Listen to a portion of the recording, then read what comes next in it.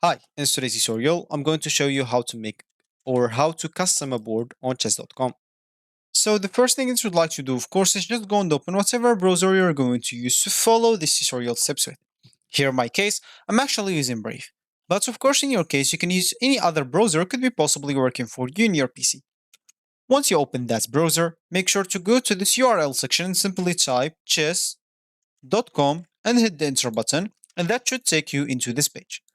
Of course, if you have an account, you can simply go and click on this login option on this left panel, and here you can enter your username or email, password, and check this remember me if you don't want to log in anymore.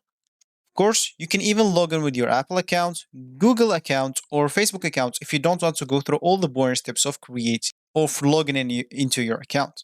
Or if you don't have an account, you can simply go and click on sign up from here or sign up from here. Both will take you to this page.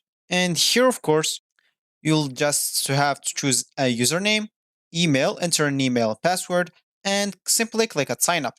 Of course, you'd like even to choose your chess skill level, new to chess, beginner, intermediate, or advanced. And also, you can sign up with Apple, Google, or Facebook, like login if you don't want to go through all the boring steps of this signing up. So once you're logged in into your account or you just created your account, you'll find yourself here in this home screen or the main screen of the chess.com. So as we said in the beginning of this tutorial, we would like to custom a board on chess.com.